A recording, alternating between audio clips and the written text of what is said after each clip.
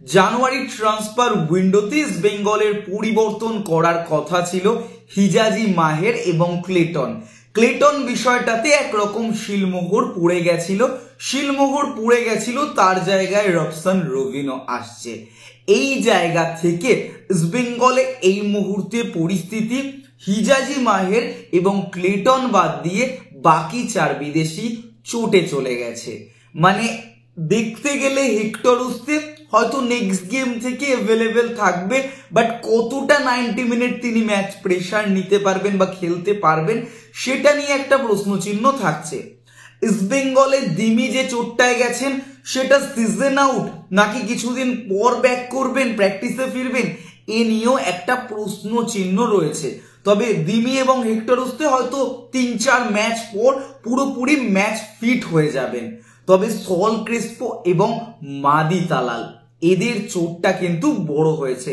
মোটামুটি 2 সপ্তাহের পর সল ক্রেসপো ফেরত আসতে পারেন, মাদি তালাল সিজন আউট হয়ে যেতে পারেন, বা সল ক্রেসপো সিজন আউট হয়ে যাওয়ার একটা চান্সেস কিন্তু এই মুহূর্তে দেখা যাচ্ছে।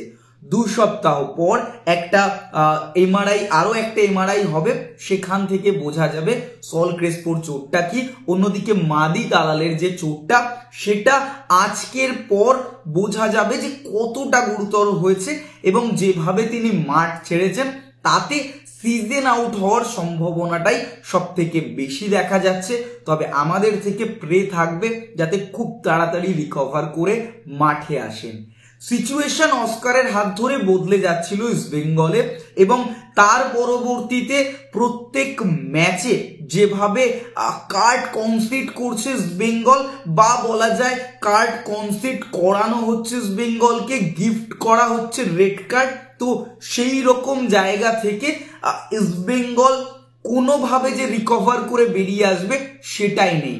গোটা ট্রান্সফার উইন্ডো এলোমেলো হয়ে গেছে ইস্ট বেঙ্গলের।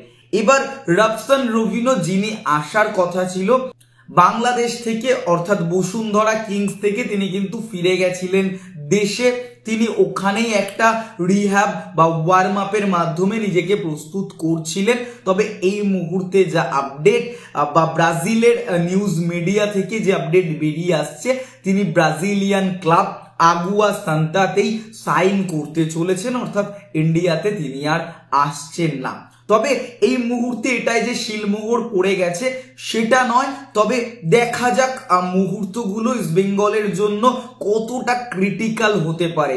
কারণ যে চেঞ্জেস গুলোতে ইস্ট বেঙ্গল একটা বুস্ট পেত, সেই বুস্টের জায়গাটা পুরোপুরি নেগেটিভ দিকে বা ব্যাক ফায়ার করেছে বলা যায় ইস্ট বেঙ্গলকে, এবং পুরোপুরি ইস্ট বেঙ্গল টিম চোট, আঘাত, কাট সমস্যা তাতে এইভাবে কোলাপস করেছে, যেখানে দাঁড়িয়ে ইস্ট বেঙ্গল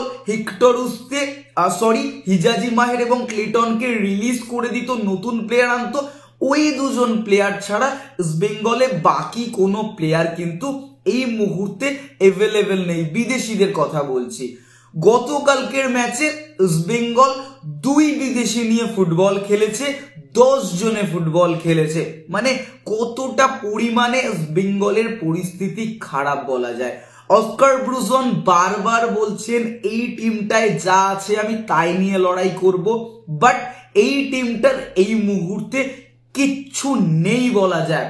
সল ক্রেসপো চোট, ডিমি চোট, হিজাজি মোটামুটি ভাবে চালিয়ে নেওয়ার মতো, হেক্টর উস্তেভ চোট রয়েছে, অন্যদিকে দাঁড়িয়ে মাদি তালাল চোট, রেড কার্ডের জন্য পরের ম্যাচে জ্যাকসন নেই, নিশু পুরোপুরি ফিট না, লাকড়া পুরোপুরি ফিট না, মানে গোটা টিমটা, হীরামন্ডল লেফটের জন্য তাকে আনা হচ্ছিল সিনিয়র টিমে, তিনিও চোট হয়ে গেছেন, সিজন আউট হয়ে গেছেন, মানে গোটা টিমটাই মিনি হাসপাতালে পরিণত হয়েছে।